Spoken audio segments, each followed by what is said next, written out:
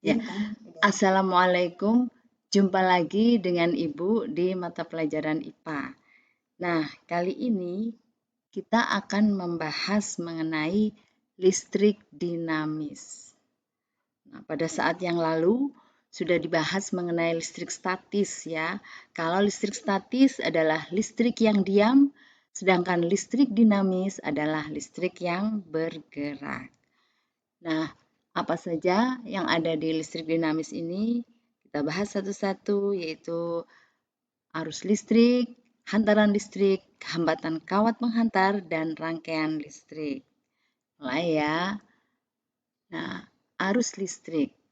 Apa arus listrik?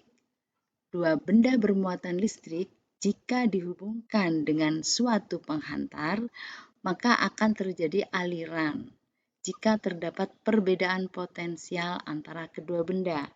Nah, ini contohnya pada baterai. Di sini ada muatan positifnya. Jadi di sini potensialnya lebih tinggi daripada yang negatif. Nah, di sini nanti akan ada aliran.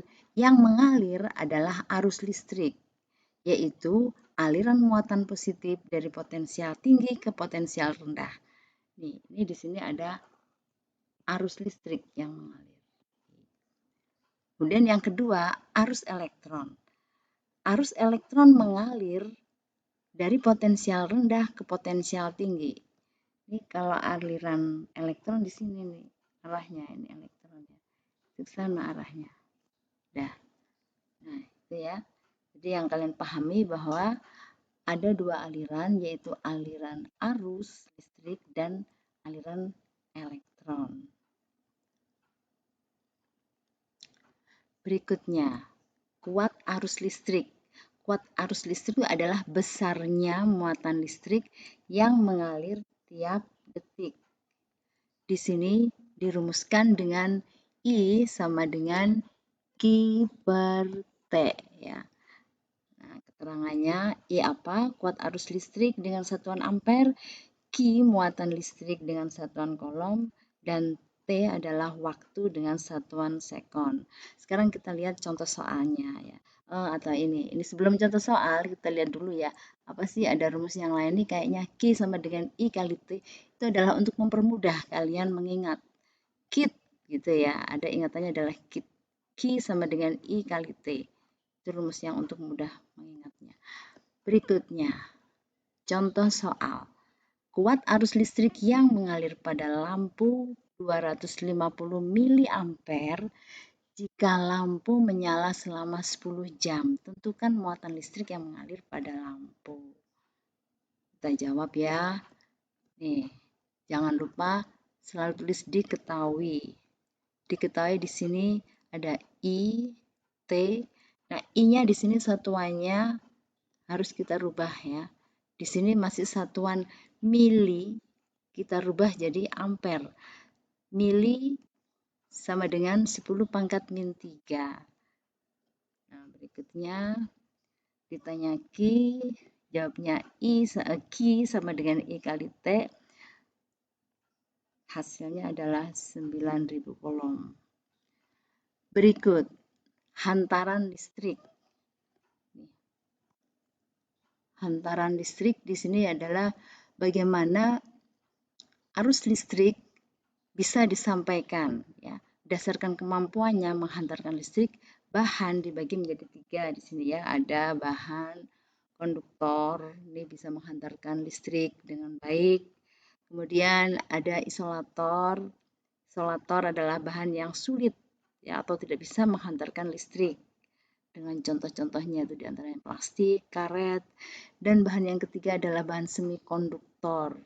Nah, di sini sifatnya bisa menjadi konduktor pada saat suhu tinggi, bisa menjadi isolator pada saat suhu rendah. Ini contohnya ada di peralatan elektronika ya. Berikut. Hambatan kawat penghantar. Kalian lihat di sini ya. Ini adalah kawat penghantar atau disebut dengan kabel ya, kabel. Kabel di sini ada macam-macam isinya di sini. Faktor-faktor yang pengaruhi besarnya hambatan kawat penghantar, yaitu hambat jenis atau jenisnya kawat ya, kemudian panjang kawat, dan luas penampang kawat. Bagaimana hubungannya? Semakin besar hambatan kawat, maka semakin panjang kawatnya. Semakin besar hambatan kawat, semakin kecil luas penampang kawat. Sehingga dari sini bisa dirumuskan dengan R sama dengan rho L per A. Ini ya, ada keterangannya R rho L per A. Kita lihat dulu contoh soalnya. Nih contoh soalnya. Kawat tembaga panjangnya 15 meter. Memiliki luas penampang 5 mm persegi. Jika hambatan jenis 1,7 kali 10 pangkat min 8 ohm meter, berapakah hambatan kawat tembaga? Kita kerjakan seperti biasa, ditulis dulu, diketahui, ya, kemudian apa yang ditanya R, lalu dijawab. Masukkan angka-angkanya. Nah, sudah dimasukkan angkanya sehingga hasilnya adalah 5,1 kali 10 pangkat min 2 ohm. Jangan lupa satuannya. Ya, ini hasilnya. Berikut, kita belajar mengenai rangkaian listrik. Perhatikan baik-baik ya, rangkaian listrik. Rangkaian listrik di sini ada dua macam, ada rangkaian terbuka dan rangkaian tertutup. Apa perbedaan rangkaian terbuka dan rangkaian tertutup? Ntar kita lihat gambarnya biar jelas. Di sini rangkaian terbuka adalah rangkaian yang tidak dapat mengalirkan arus listrik sehingga lampu tidak menyala. Ini rangkaiannya terbuka. Ya. Kita lihat yang rangkaian tertutup.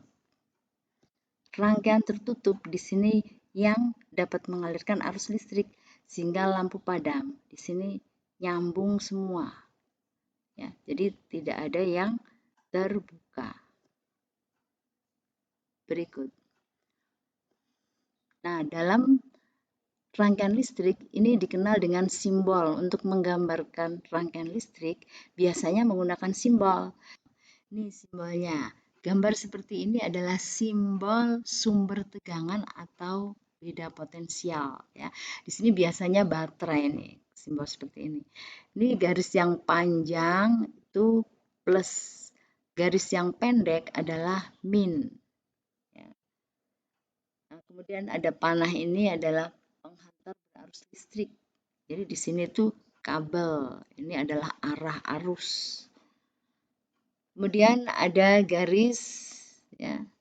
Ini adalah hambatan listrik. Di sini bisa seperti ini atau seperti ini atau yang ini, sama saja. Berikut adalah saklar. Ini adalah saklar. Gambar ini saklar yang terbuka.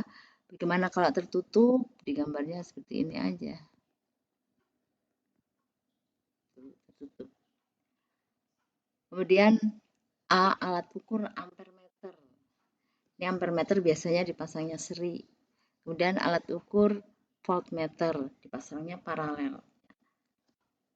Ini yang dipasang seri.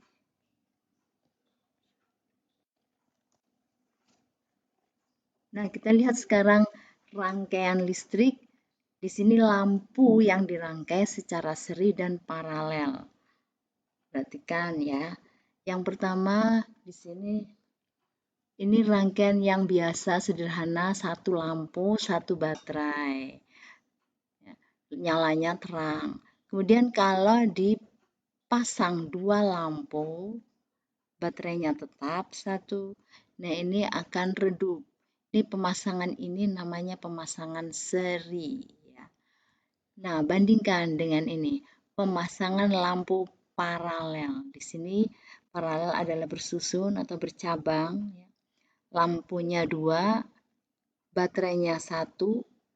Nah, nyalanya di sini terang, sama terangnya dengan yang satu lampu kalau dipasang paralel. Beda ya. Nah, jadi bila lampu dipasang seri, nyala lampu menjadi lebih redup. Bila satu lampu padam, maka lampu yang lain juga ikut padam. Nih.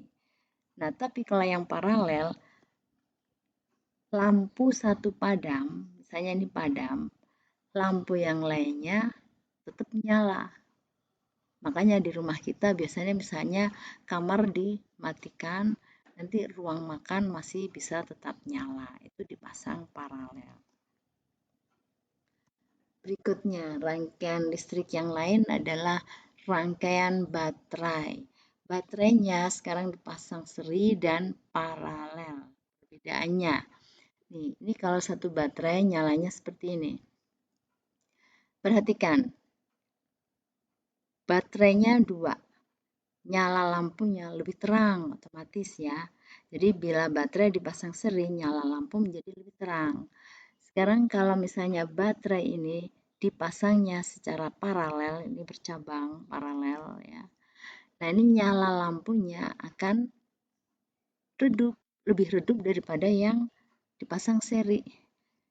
Kalau misalnya dipasang lagi 3, 4, atau 5, nyalanya tetap sama ini, tidak akan berubah. Sama dengan menggunakan satu baterai. Jadi 2 ini sama dengan menggunakan satu baterai. Nah, sekarang kita mau gambar rangkaian listrik sederhana ya. Di sini menggambarnya dengan menggunakan simbol-simbol. Apa itu? Satu lampu kita gambar lampu simbolnya demikian. Kemudian ada 2 sumber tegangan yang dipasang seri. Ini lampu 2 sumber tegangan. Ini ada baterainya. Ini plus min 2 ya. Plus min. Berikutnya saklar. Ini saklar. Ini adalah rangkaian sederhana. Nah, demikianlah belajar kita hari ini mengenai listrik dinamis, tapi masih berlanjut minggu depan. Nanti selanjutnya akan ada soal di pertemuan berikutnya. Selalu jaga kesehatan dan jangan lupa pakai masker kalau keluar rumah. Wassalamualaikum warahmatullahi wabarakatuh.